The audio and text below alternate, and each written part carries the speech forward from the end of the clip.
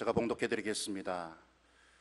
그리스도께서는 장래 좋은 일에 대제사장으로 오사 손으로 짓지 아니한 것 곧 이 창조에 속하지 아니한 더 크고 온전한 장막으로 말미암아 염소와 송아지의 피로 하지 아니하고 오직 자기의 피로 영원한 속죄를 이루사 단번에 송소에 들어가셨느니라. 염소와 항소의 피와 및 암송아지의 죄를 부정한 자에게 뿌려 그 육체를 정결하게 하여 거룩하게 하거든 하물며 영원하신 성령으로 말미암아 흠없는 자기를 하나님께 드린 그리스도의 피가 어찌 너희 양심을 죽은 행실에서 깨끗하게 하고 살아계신 하나님을 섬기게 하지 못하겠느냐. 이로 말미암아 그는 새 언약의 중보자시니 이는 첫 언약 때에 범한 죄에서 속량하려고 죽으사 부르심을 입은 자로 하여금 영원한 기업의 약속을 얻게 하려 하심이라. 유언은 유언한 자가 죽어야 되나니 유언은 그 사람이 죽은 후에야 유효한즉 유언한 자가 살아있는 동안에는 효력이 없느니라. 이러므로 첫 언약도 피 없이 세운 것이 아니니 모세가 율법대로 모든 계명을 온 백성에게 말한 후에 송아지와 염소의 피 및 물과 붉은 양털과 우슬초를 취하여 그 두루마리와 온 백성에게 뿌리며 이르되 이는 하나님이 너희에게 명하신 언약의 피라 하고 또한 이와 같이 피를 장막과 섬기는 일에 쓰는 모든 그릇에 뿌렸느니라. 율법을 따라 그의 모든 물건이 피로써 정결하게 되나니 피 흘림이 없은즉 사함이 없느니라. 아멘. 네, 하나님은 우리 온 인류를 사랑하시는 분이십니다. 하나님의 사랑이 얼마나 큰지요. 주님이 하나님의 기록된 말씀에 뭐라 그러시냐면은 하나님이 세상을 이처럼 사랑하사 독생자를 주셨다.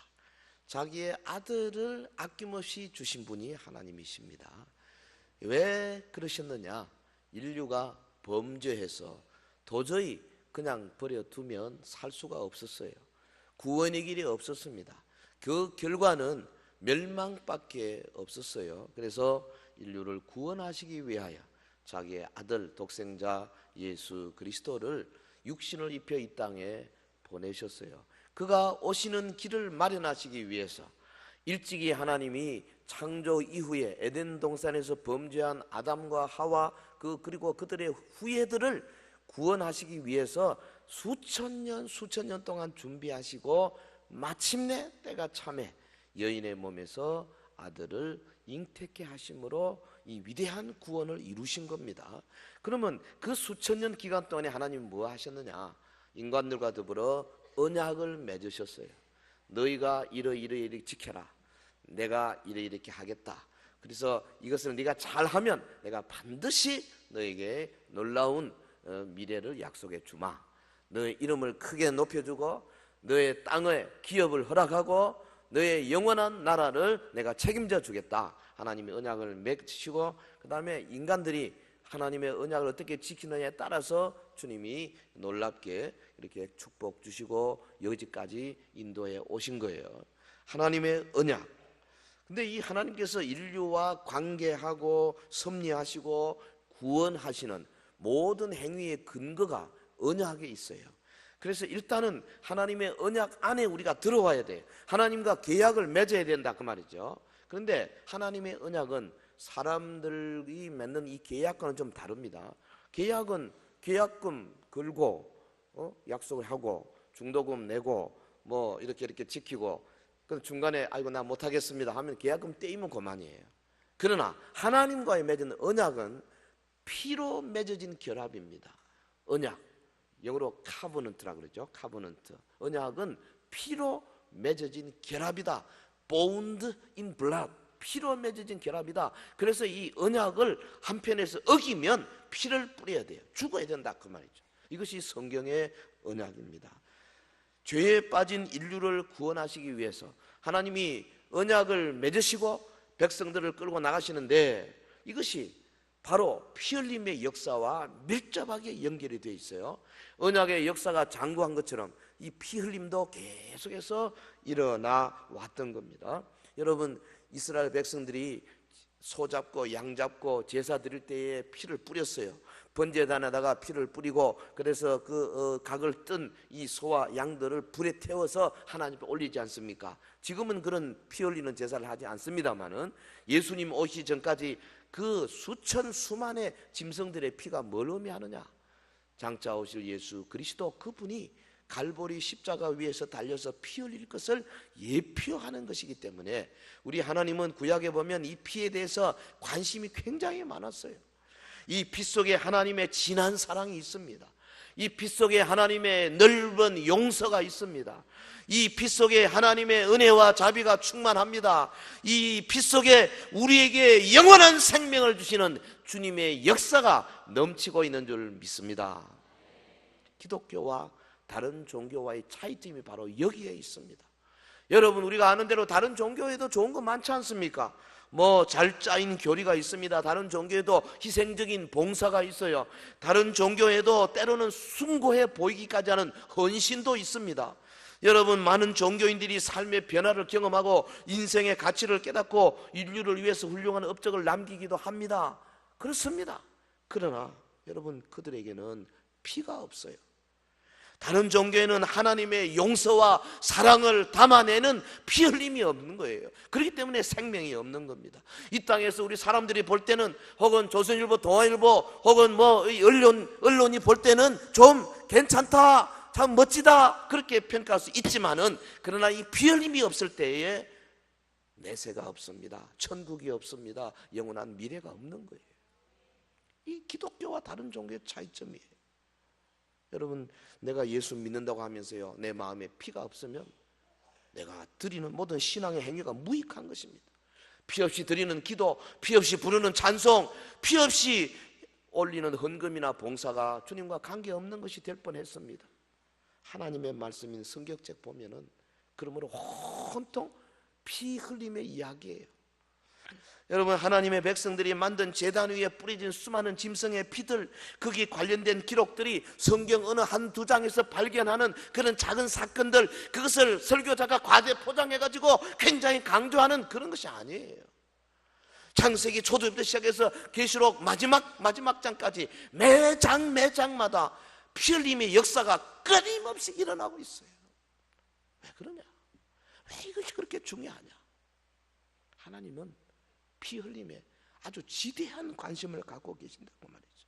그러므로 우리는 기독교를 피의 종교다, 그렇게 말할 수 있어요. 우리의 믿음은 피의 믿음이다, 그렇게 말할 수 있습니다. 이 피는 믿는 자 모두를 죄로부터 해방시켜서 하나님의 백성이 되게 하는 숭고한 거룩한 피인 줄 믿습니다. 오늘 오이고스 초청 잔치주의를 맞이해서 다소 말씀이 어려울 수 있습니다만, 그러나 핵심적인 거, 예수 그리스도께서 나를 위하여 십자가에서 피 흘리셨다, 이거 하나만 탁 붙들면 돼요. 나머지 잔잔한 건 몰라도 상관없지. 그러나 우리가 말씀을 들으면서 내 마음속에 그 주님의 하시는 말씀이 차곡차곡 쌓여져서 마침내 폭발적으로 주여 내가 주를 믿습니다 고백하면은 그게 최고죠. 우리는 성경에 나타난 피 흘림의 역사에 정통해야 될 것입니다.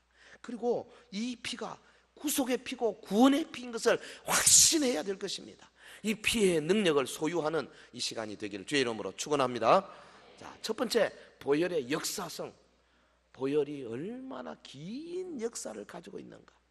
오늘 본문 18절에 보면, 이러므로 첫 언약도 피 없이 세운 것이 아니니 그랬어요. 첫 언약, 다시 말하면 구약의 언약들입니다. 모두 다 피로 세워진 약속들이라는 말씀입니다. 언약의 역사가 장구한 것처럼 피 흘림의 역사도 길고 긴 역사입니다.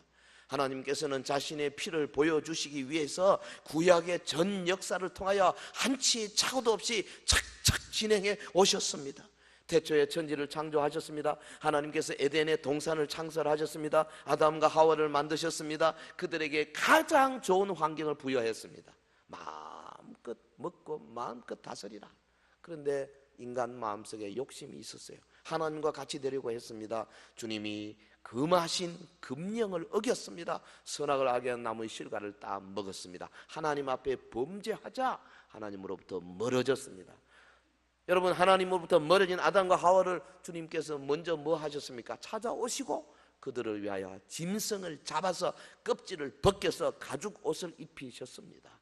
여러분, 우리가 있는 가죽 옷, 이게 제일 처음에 하나님이 하신 거예요. 제가 이번에 터키에 가서 가죽 옷을 하나 샀는데 아직 한번 입어보지 못했어요. 그거 너무 참 얼마나 멋진지 모르겠어요. 아주 얍삭한데 딱 입어보니까 마음에 탁 드는 거예요. 좀 비싸긴 하지만 내가 언제 한번 입어봐야 되겠다. 입어볼 기회가 없어. 그런데 그 터키산 가죽옷보다도 더 좋은 가죽이 하나님이 만드신 가죽은 아니겠어요? 그런데 사실은 그 가죽옷을 만드시는데 짐승의 피를 흘리신 거예요. 짐승의 피 흘림이 거기서부터 시작된 겁니다. 여러분, 아담의 아들 가인 그리고 아벨이 태어났습니다. 저들이 장성했습니다. 가인과 아벨이 다 그래도 하나님을 섬기지 않습니까? 제사 드렸습니다. 하나님이 가인의 제사를 받지 않으시고 아벨의 제사를 받으셨습니다. 형인 가인의 마음속에 시기와 질투가 있었습니다. 미움이 생겼습니다. 그 미움을 없애지 않냐고 계속 갖고 있다가 어느 날 행동에 옮겼습니다. 동생을 데리고 밖으로 나왔습니다. 부모 몰래 아벨을 끌고 나와서 쳐 죽였습니다. 땅에 묻었습니다. 모른 척 했습니다. 하나님께서 그거 다 아시죠? 찾아오셨습니다. 가인아, 내와 아벨이 어디 있느냐? 가인이 시침댔습니다. 내가 내 아우를 지키는 자니까 왜 나한테 와서 묻습니까? 영어성에 보면 Am I a keeper of my brother? 내 브라더를 내가 키프하는 자입니까? 왜 나한테 묻습니까? 이 죄지는 사람은요, 거짓말해도 굉장히 잘합니다. 그래서 너무 멋지게 말하는 사람이 되게 의심하면 돼요. 하나님이 뭐라고 선언하셨습니까? 가인아, 네가 쳐 죽여서 피 흘린 그 아벨의 피가 땅에서부터 나에게 호소하느니라. 그렇습니다. 피는 호소하는 속성이 있어요. 한차 아벨의 피가 하나님께 호소했다면 하나님의 아들 예수 그리스도께서 아무 죄 없으신 분이 당시 세상 사람들의 미움을 받고 시기받고 조소받고 모함 받아서 로마의 집정관에 의해서 사형 언도 받고 만천하에 공개적으로 갈보리 산상에 우뚝 높이 선 그 십자가 위에서 피를 뿌려 죽으셨는데 그 아들의 피의 호소를 하나님이 안 들으시겠습니까? 피는 호소하는 속성이 있어요. 여러분, 수백 년이 지난 다음에 하나님의 사람 노아, 하나님께서 뽑았잖아요. 의인 노아, 방주를 만들게 하시고 그 하나님께서 온 세상에 홍수를 주셔서 다 멸하시고 노아의 8식구 살리시고 새로운 민족을 창설하셨습니다. 그때 하나님께서 노아가 드리는 제사를 통하여 뭐라고 하셨습니까? 내가 이제부터는 물로 심판하지 않겠다. 노아가 드리는 짐승의 피냄새를 맡으시고 하나님이 노아와 언약을 맺으셨어요. 언약의 표징이 바로 무지개라 그랬어요. 이 무지개 언약 바로 보존의 언약입니다. 이 세상에 있는 그날까지 밤과 낮을 계속하게 하겠다. 봄, 여름, 가을, 겨울이 그치지 않도록 만들어 주겠다. 지금 말하자면 태양계와 지구와의 관계를 말하죠. 지구가 자전하고 공전하는 것을 주님이 오실 때까지 계속 하겠다는 거예요. 얼마나 놀랍습니까? 하나님이 언약을 맺어 주셨어요. 다시 수백 년이 흘렀습니다. 노아의 자손들이 온 땅에 번성했을 때의 예상과는 달리 다 범죄하게 되었습니다. 분명히 의인 노아의 가족들인데도 그들의 후손들은 그 속에 죄의 씨가 있었기 때문에 온 세상에 하나님이 감당할 수 없을 만큼 악한 세상이 되어갔습니다. 그러니까 하나님께서 어떻게 생각하셨느냐? 한 사람 뽑아내고 그를 통해서 한 민족을 이루어서 온 세상을 구원해내야 되겠다. 그래서 저 바벨론 갈대아 우르 땅에서 한 사람 아브라함을 뽑아내시고 아브라함에게 말씀하셨습니다. 네가 네 본토 친척 아비집을 떠나서 내가 네게 지시하는 가나안 땅으로 가라. 거기 가서 나를 섬겨라. 그러면 내가 네 이름을 창대하게 하고 네가 발로 밟는 땅을 다 내게 주고 너를 복의 근원이 되게 해주겠다. 아브라함과 언약을 맺어 주셨습니다. 아브라함이 가는 곳곳마다 저 베델에서 제사를 드립니다. 헤브론에서 제사를 드립니다. 브엘셉에서 제사를 드립니다. 가는 곳곳마다 짐승을 잡아서 제사를 드릴 때에 하나님께서 그 짐승의 피 제사를 흠향하시고 아브라함과 맺은 언약을 이루어 주셔서 마침내 이삭, 야곱 그리고 이스라엘 백성들을 만들어 주시고 이스라엘 백성들을 통해서 온 땅에 하나님의 복음이 편만하게 증거될 모든 준비를 갖추게 된 것입니다. 여러분, 하나님의 백성, 난지 8일 만에 그 남자아이의 양피를 잘라서 피를 흘리도록 할례 의식 아브라함에게 하나님께서 주신 거예요. 그래서 아브라함이 이제 자기 아들 이삭 난지 8일 만에 꼬치 끝을 잘라가지고 양피를 뱉습니다. 그래서 할례를 주었습니다. 피 흘리는 의식이죠. 그래서 지금까지도 수천 년 내려온 지금까지도 이스라엘 백성들은 할례 의식을 하고 있지 않습니까? 모세가 미디안 광야에서 하나님의 부르심을 받고 애굽에 가서 애굽 땅에 잡혀있는 이스라엘 백성들을 건지기 위하여 지금 내려가고 있습니다. 모세의 마음속에 내가 내 백성을 건지리라 대단한 각오를 하고 지금 가고 있는데 밤에 하나님께서 죽음의 천사를 보내서 모세를 죽이려고 하셨어요. 왜? 모세가 자기 아들을 할례 안 줬어요. 하나님이 뽑아낸 이스라엘의 지도자 모세지만은 그가 하나님이 정하신 할례를 주지 않았을 때 죽일 수가 있는 분이 하나님이세요. 왜? 모세보다 하나님은 피 흘린 것이 더 중요했기 때문에 그렇습니다. 여러분, 하나님의 관심이 어디에 있는가 알아야 합니다. 하나님께 가장 그리고 절대로 중요한 것은 독생자 예수 그리스도의 피 흘리십니다. 할렐루야. 갈보리 십자가에 높이 달린 그 십자가에서 뚝뚝 떨어지는 주님의 피가 하나님 아버지에게는 이 세상의 그 어느 것보다도 더 귀한 거였어요. 왜? 그 피로 온 인류가 구원받을 수 있고 그 피로 모든 백성들이 하나님의 자녀가 되고 천국 상속권을 가질 수 있게 되기 때문에 그렇습니다. 성도 여러분, 피의 역사는 길고도 깁니다. 이스라엘 백성이 유월절 어린 양을 준비할 때에 흠없고 1년 된 수컷을 준비했지 않습니까? 유월절 그 밤에 양을 잡아가지고 이제 피를 받아서 자기들이 살고 있는 집 문 임방과 설주에다 발랐습니다. 그리고 그 안에서 이제 모여 앉아가지고 양고기를 같이 먹으면서 하나님의 구원의 밤을 기다렸습니다. 하나님께서 죽음의 천사를 보내시고 이제 그 이스라엘 백성과 애굽 백성의 각 집으로 가실 때에 그 문에 피가 발려 있지 않은 집 속에는 들어가서 그 집에 있는 남자, 아이, 장자를 죽이고 짐승까지도 초태생을 다 죽이는 어마어마한 밤이었습니다. 모든 애굽 사람들의 가정에 호곡 소리가 들릴 때에 하나님은 피를 바른 이스라엘 백성 집은 유월 패싱 오버 넘어가셨다 그 말이죠. 하나님의 관심은 피에 있어요. 서로 그 집 안에 좀 죄성이 강한 사람이 있고 좀 성질이 포악한 사람이 산다 할지라도 피가 발려 있으면 무조건 넘어가시는 거예요. 이 원리가 오늘 우리 교회에 미치고 있습니다. 여러분, 이 교회 안에 있는 사람들이 다 좋은 사람 아니에요. 다 거룩한 사람 아닙니다. 다 부정부패로부터 자유로운 사람이 아닙니다. 뭐 교회 다닌다고 해서 부부간에 다 좋은 거 아니에요. 부모와 자녀간의 소통이 원활한 거 아닙니다. 어려움도 많습니다. 교회인들이 왜 그래? 그렇습니다.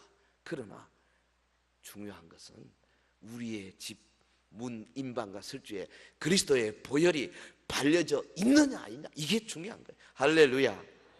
일단 주님 보혈 안에 들어와야 돼. 그 다음에 하나님이 나를 용서해 주셨으니까 내가 윤리적으로 도덕적으로 혹은 인간 관계에서 잘 살아야죠. 그거는 당연한 의무지만은 그러나 그것 때문에 여러분 내가 조금 윤리적이기 때문에 구원받는 것이 아니다 그 말이에요. 하나님은 이 피에 관심이 많아요. 이스라엘 백성들이 애굽의 쇠풀물을 벗어났습니다. 나왔습니다. 광야로 왔습니다. 그리고 호렙산에 도착했습니다. 하나님께서 모세를 부르시고 모세에게 피뿌림의 언약을 맺게 하셨습니다.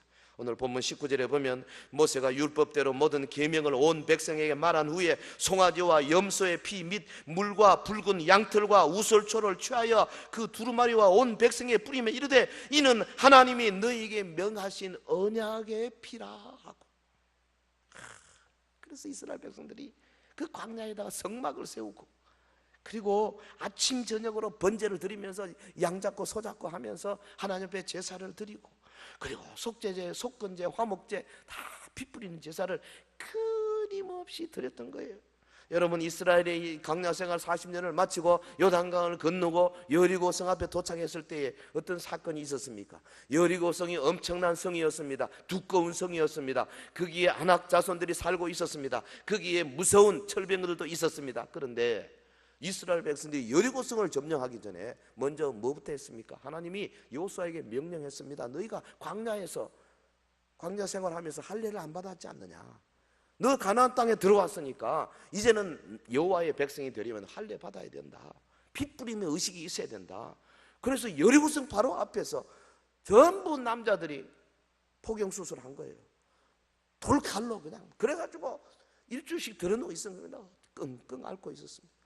여러분, 놀라운 것은 하나님이 여호수아를 통해서 그렇게 명령하시는데 그 이스라엘에 60만 남자들이 있어요. 60만 명.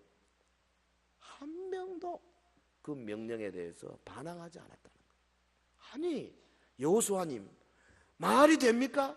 손호 병법도 모르십니까? 원수 앞에서 우리가 일주일씩 들어누워 있으면 저놈들이 문 열고 나와서 칼로 찌르면 우리 다 죽는데 이게 가능합니까? 이게 멍청한 지도자여. 60만 명 중에 그 말 한 사람이 한 명도 없었어요. 여호와 하나님이 명령하시니까 아멘, 할렐루야. 이게 교회예요. 교회는 그러니까 일반 세상 사람하고 완전히 다른 단체예요. 하나님의 말씀이 절대적인 겁니다. 사람들이 모여가지고 네 생각 내 생각 어떠냐 투표해가지고 그렇게 교회 갈 길을 정하는 것이 아니다 그 말이에요. 얼마나 놀랍습니까? 하나님께서요 그 순종하는 이스라엘을 보시고 여리고 안에 있는 사람들에게 공포를 심어버렸어요. 그래가지고 여리고 사람들이 문 열고 내다보지도 못했어요. 다들 벌벌벌 떨도록 만드셨어요. 저들이 너끈하게 일주일간 할례 의식 다 행하고 그리고 추스리고 그 다음에 우리는 애굽에서 가졌던 수치를 굴러갔다. 그래서 그 길갈 그 땅을 이름을 길겔 굴러간다 뜻이에요. 굴러보냈다. 그리고는 용기 백배 해가지고 여리고성을 돌면서 여리고를 결국 무너뜨린 거 아니겠어요? 하나님은 그 절대절명의 순간에도 피 흘림이 필요했어요. 이스라엘 백성들로 하여금 피 뿌리는 의식이 반드시 필요하다. 그것을 가르쳐 주신 겁니다. 여러분, 이스라엘이 가나안을 점령한 이후에 여러 사사들과 제사장들과 다 제단 쌓기를 계속했습니다.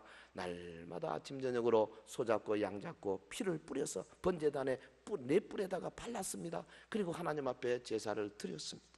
다시 수백 년이 지났습니다. 사울 왕, 다윗 왕, 그리고 다윗의 아들 솔로몬이 왕위에 올랐습니다. 하나님께서 다윗을 통해서 놀랍게 이스라엘을 부흥시키시고 다윗을 통해서 성전을 지을 수 있는 여러 가지 그 백향목과 혹은 대리석들과 수많은 금, 은, 동들을 다 준비하게 했습니다. 지금 돈 따지면 아마 몇 조 원에 해당하는 돈을 다윗이 준비한 거예요.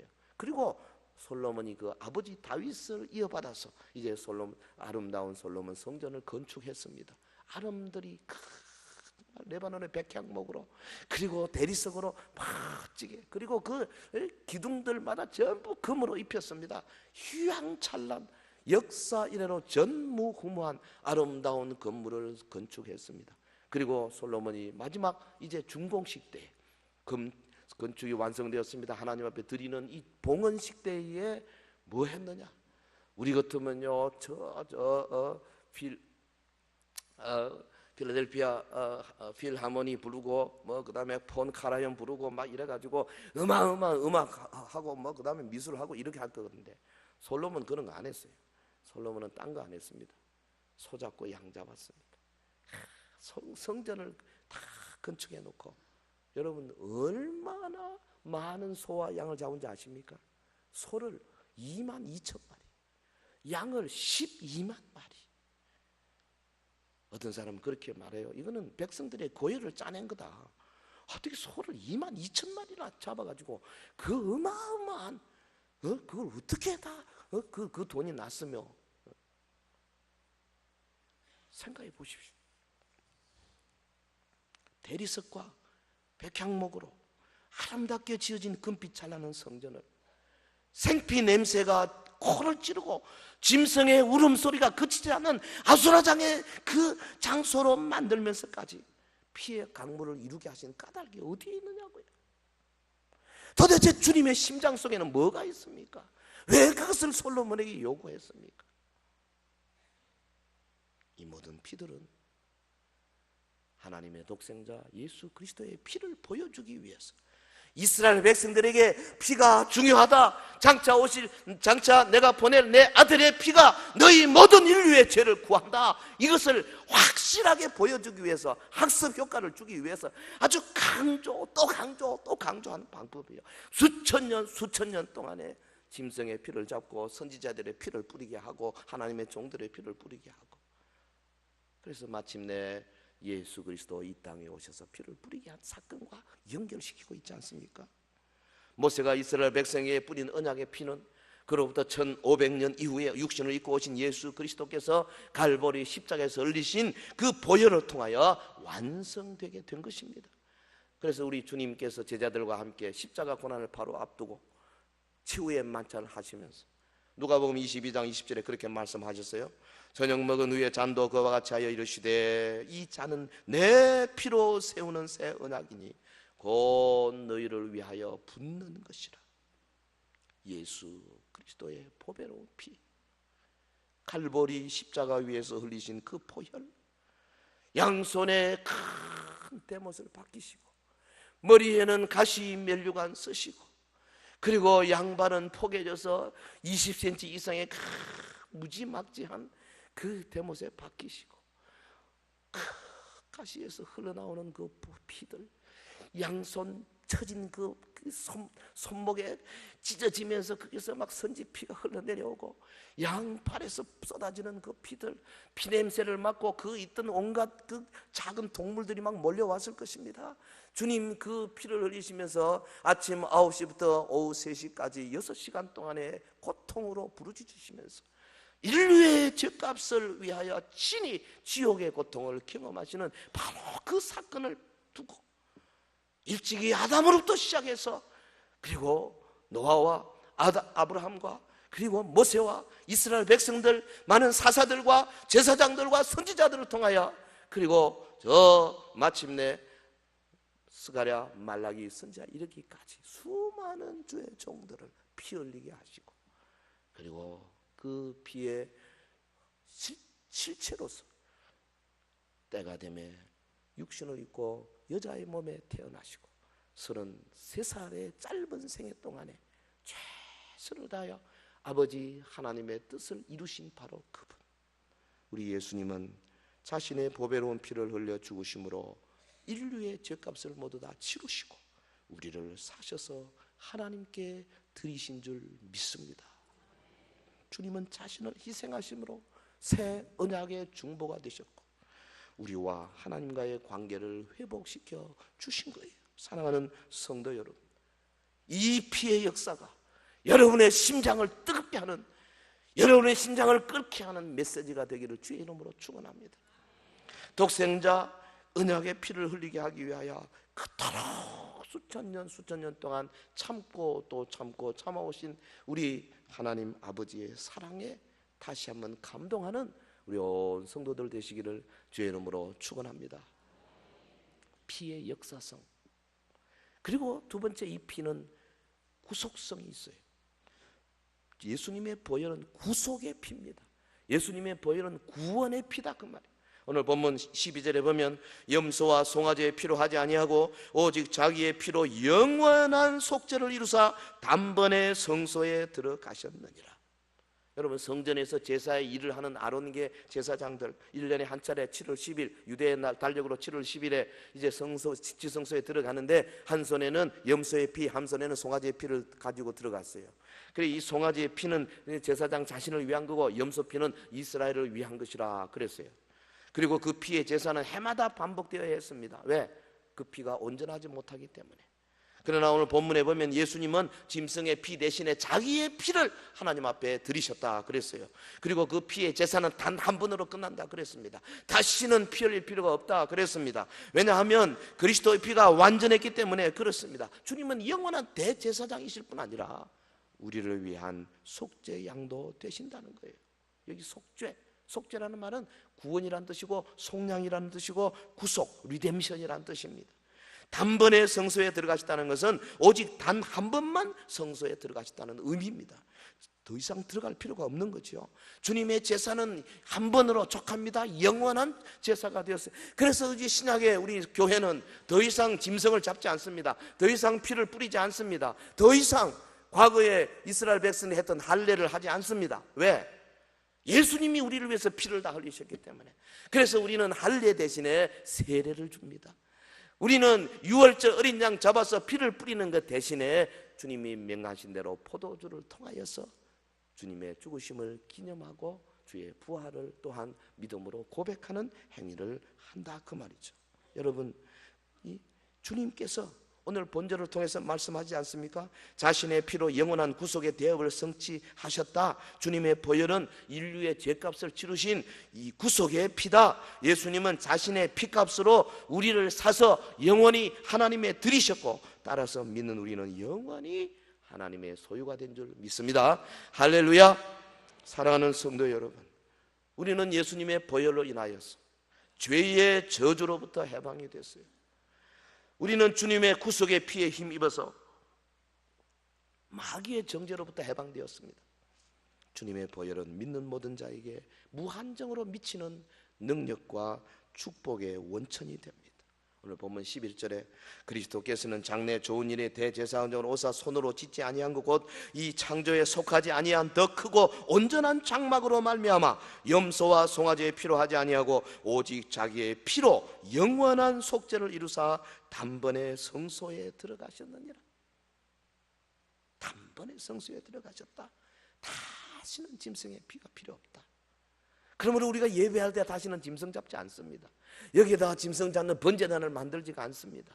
그러나 이 예배는 궁극적으로는 짐승의 피를 잡는 바로 그와 똑같은 거예요. 예수 그리스도께서 갈보리에서 이미 피를 흘리셨기 때문에 그거에 대한 감사요, 그것에 대한 기쁨이요, 축복이요, 하나님에 대한 우리의 헌신이에요. 16세기 종교개혁자 마틴 루터, 참 죄가 그 속에서 죄가 자꾸 생각이 나서 고민을 많이 한 사람이에요. 이 죄의식을 좀, 죄책감을 어떻게 없애볼까? 그래가지고 뭐 바티칸 계단을 막 무릎으로 기어서 올라가기도 하고, 막 수도사로서 이 복장하고 돌아다니면서 자기의 죄를 어떻게 해결할, 금식도 해보고 뭐 온갖 짓을 했는데 안 되는 거죠. 마음에 죄책감이 이게 없어지지 않습니다. 어느 날 밤에 참 번민하는 마음으로 잠이 들었어요. 잠이 들었는데 꿈을 꿉니다. 천사가 나타났어요. 천사가 흑판에다가 글을 쓰는 거죠. 루터가 꿈에 자세히 보니까 제목이 뭐냐? 마틴 루터의 죄. 내 죄를 쓰는구나. 그런데 천사가 쓰는데 1, 2, 3, 4 쓰는데 뭐 죄가 아마 얼마나 많은지 몰라요. 1, 2, 3, 4, 5, 6, 7, 20, 30 막 계속 쓰는 거예요. 루터가 막 낙담을, 아이고 나는 끝났구나. 죄짐을 벗을 길이 없구나. 그러고 있는데 갑자기 손이 하나 탁 나타나더니 거기다가 뭘 쓰는 거예요. 뭐 쓰는가 보니까 그 아들 예수 그리스도의 피가 우리를 모든 죄에서 깨끗하게 하실 것이요. 할렐루야. 그 한참 보고 있는데 이 손에서 말 피가 뚝뚝 떨어지기 시작하는 거예요. 피가 뚝뚝 떨어지면서 천사가 마틴 루터의 죄 1, 2, 3, 4 쭉 쓴 그 위로 피가 싹 내려오는데, 희한하게도 마치 우리 컴퓨터에서 싹 했다가 딜리트 탁 치면은 쫙 사라지듯이 그 피가 그 죄목이 쫙 사라지는 거예요. 루터가요 자다가 벌떡 일어난 겁니다. 그렇다. 내가 바티칸의 계단을 무릎으로 긴다고 죄가 없어지는 것이 아니고 그 아들 예수 그리스도의 피가 내 죄를 사해 주는구나. 믿음으로 의롭다함을 받는구나. 여러분, 힘을 받았습니다. 루터가 벌떡 일어났습니다. 95개 조항을 썼습니다. 그것을 가지고 당시 세계를 제패하고 있던 로마 카톨릭의 어마어마한 권세 앞에서 일대 전 세계를 싸움을 벌인 거 아니겠어요? 하나님이 루터 편을 들어주시고 죽을 고비를 넘겼지만 그러나 결국은 개혁에 성공해서 오늘 우리 개신교가 생기게 된 동기가 됐지 않습니까? 여러분, 예수님이 친히 말씀하셨어요. 인자가 온 것은 섬김을 받으려 함이 아니라 도리어 섬기려 하고 자기 목숨을 많은 사람의 대속물로 주려 함이니라. 사랑하는 성도 여러분, 주님은 피 흘리기 위해 오셨습니다. 만일 주님의 피 흘림이 없었다면 우리의 믿음도 헛것이고 우리의 모든 예배나 우리의 선행이 헛것이 될 뻔했습니다. 피 흘림을 통해서 예수님이 우리의 주님이 되셨습니다. 여러분, 이름 없는 시골 나사렛에서 자라나서 33년의 파란만장한 삶을 살다가 사형수로 지목이 되어서 쓸쓸하게 나무에 매달려 죽었던 바로 그분, 그러나 오직 하나님의 뜻대로만 사셨고 하나님의 뜻을 이루기 위해서 율법의 모든 요구를 완성하신 바로 그분이 우리의 주님이 되셨습니다. 인간들이 투표해서 그분이 우리의 주님이 된 게 아니에요. 이 나라 저 나라 유력한 사람들이 모여가지고 협의해가지고 유엔 안전보장이사회에서 이 온 세상을 지배할 사람이 누구냐, 그래서 저들이 투표해서 세우신 분이 아니라 그 말이에요. 그분이 스스로 자기의 목숨을 바쳐서 헌신함으로 우리의 주님이 되신 줄로 믿습니다. 우리가 하나님을 아버지라 부를 수 있는 그 자격이 어디서 나온 겁니까? 바로 예수님 때문입니다. 피의 은혜는 우리로 하여금 하나님의 자녀가 되게 했어요. 하나님이 우리를 인정하신 가치가 얼마나 큰데요. 하나님이 우리 인류와 자기 아들의 목숨과 맞바꾼 거 아니겠어요? 그래서 아들의 피로 우리를 사셨어요. 그래서 사도 요한은 요한계시록 5장 9절 이하 이렇게 기록했습니다. 일찍이 죽임을 당하사 각 족속과 방언과 백성과 나라 가운데서 사람들을 피로 사서 하나님께 드리시고 그들로 우리 하나님 앞에서 나라와 제사장들을 삼으셨다. 우리가 하나님의 소유물이 되었다. 주님이 우리를 피로 값주고 사셨다 이 말이죠. 오늘 처음 나오신 여러분들, 나를 피로 사셨다, 나를 피로 사셨다. 이게 우리 성도들의 부르짖음이고 성도들의 신앙 고백이에요. 내 잘난 맛이 아닙니다. 내가 무슨 하나님 앞에 무슨 내놓을 거 있는 것이 아니에요.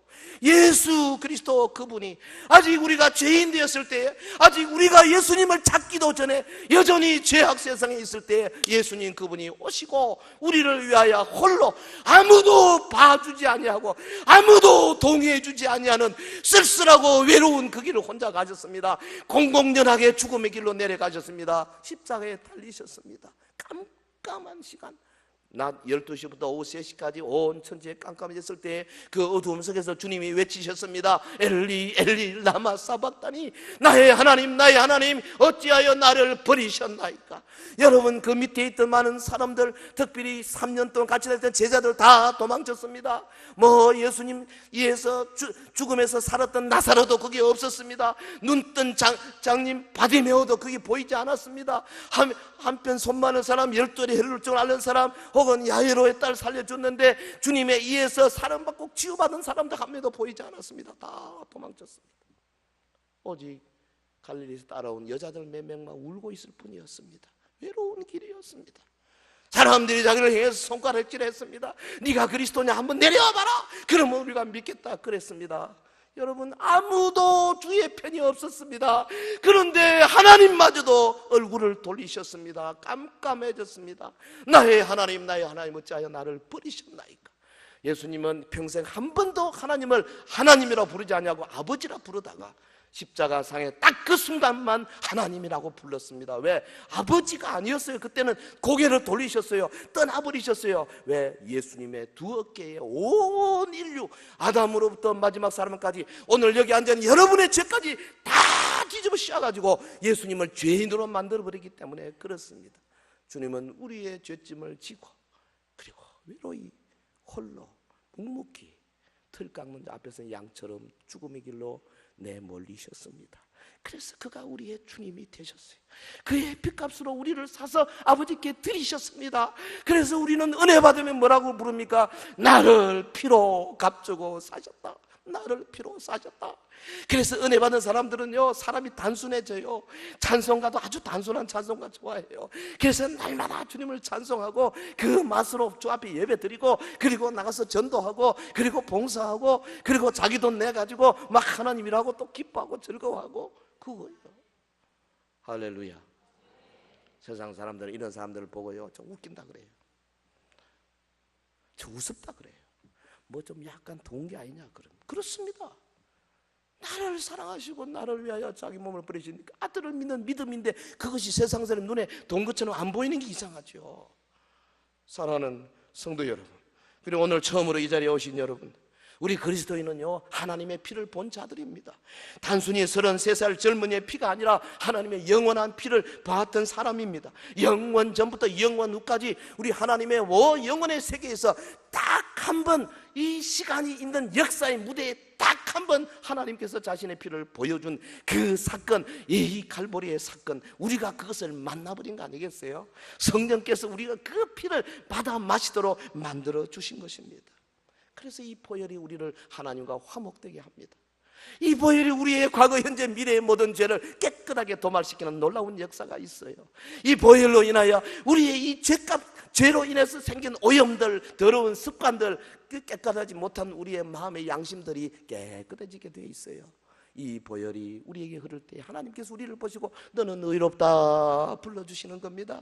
이 보혈 때문에 우리 양심 속에 죽은 행심들을 깨끗하게 하고 하나님을 섬길 수 있는 능력을 주십니다. 이 보혈을 가지고 우리는 주님의 지성소에 들어가서 주님을 아바 아버지라 부르면서 기도할 수 있는 거고, 이 보혈 때문에 우리의 모든 육체적인 죄, 육체적인 모든 병들, 그리고 우리 정신적인 병들, 우리는 여러 가지 이 세상에 어려운 많은 사건들 해결할 수 있는 거 아니겠어요? 오늘 이 말씀이 정해진 또 이 가운데 병고침이 일어나고 있는 줄로 믿습니다. 하나님의 역사가 있는 줄로 믿습니다.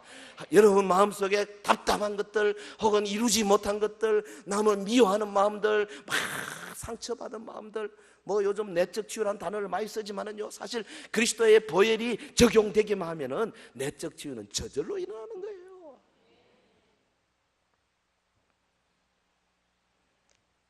여러분 과연 예수님의 보혈을 체험해 봤는지,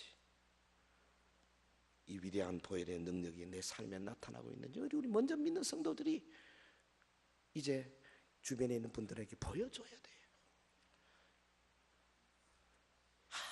주님이 우리에게 주신 이 보혈의 능력이 얼마나 위대한지. 주님 오늘 성령으로 우리에게 말씀하고 계십니다. 내 피를 받아 마셔라, 내 살을 받아 먹어라. 그러므로 먼저 나 자신이 주님의 피에 적셔져야 합니다. 주님의 십자가 고통을 깊이 묵상해야 합니다. 그의 피에 나의 허물과 죄악을 씻어버려야 합니다. 나의 고집과 나의 고질적인 병폐들을 그리스도의 보혈에 녹이어야 합니다.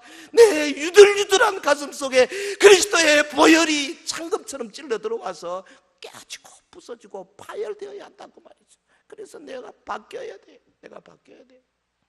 예수 믿는 것은 예수의 피에 내 자신을 흠뻑 적시는 겁니다. 은혜 받는다는 게 뭡니까? 피의 능력을 힘입는다는 걸 말하는 거예요. 성도는 이 피를 경험한 자들인 줄 믿습니다. 교회가 어떤 곳입니까? 이 피의 능력을 가지고 주님의 보혈로 구속함을 받는 사람들의 모임이 바로 교회입니다. 그러므로 여기는 교회는 말하자면 이 종합병원의 응급실과 같은 곳이에요.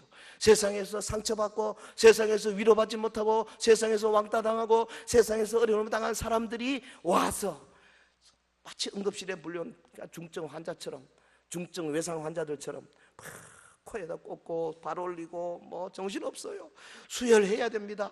그런데 하루 이틀 1주 2주 가면서 꼽던 거 빼고 그 다음에 일반 병실로 옮겨지고 참 이렇게 고침받는 곳이 교회예요. 교회는 시끄러운 곳입니다. 왜? 어려운 사람들이 모였기 때문에. 세상 사람들은 교회를 향해서 교회가 그러냐, 교회는 거룩해 하지 말하지만은 사실은 교회라는 것이요, 거룩한 박물관 같은 곳이 되면 안 되는 거예요. 조용하고 엄숙하면요 새로운 사람이 한 명도 못 들어옵니다. 좀 시끄러워야 돼요. 좀 피냄새가 좀 나야 돼. 고름 짜는 소리도 나야 돼. 그래서 고침받아야 되는 거예요. 할렐루야. 살아 움직이는 곳이 이 교회입니다. 보혈의 역사가 흐르고 흘러서 우리 영혼 속에 있는 고질적인 병폐들, 내가 도무지 감당할 수 없는 나의 더러운 습관들, 세상의 정욕에 휘말리는 나의 연약한 의지들, 이런 것들을 고침받아야 될 줄로 믿습니다. 사랑하는 성도 여러분, 보혈의 능력을 힘입어서 주님의 복음을 땅까지 전하니 피 흘리기까지 싸우는 자들 되어야 되는데, 그 우리 교회는 그야말로 이 피냄새가 낭자하게 나는 곳 되기를 저는 기도하고 있어요. 무슨 피? 사랑의 피냄새, 희생의 피냄새, 헌신의 피냄새, 봉사의 피냄새. 너도 나도 주님의 보혈에 흠뻑 적셔지는. 그리고 특별히 오늘 처음 나오신 여러분들, 나도 한번 세상과 다른 이 모임에 한번 참여해 봐야 되겠다. 다시 한번 마음의 결심을 다지는 이 시간이 되기를 예수 이름으로 축원합니다.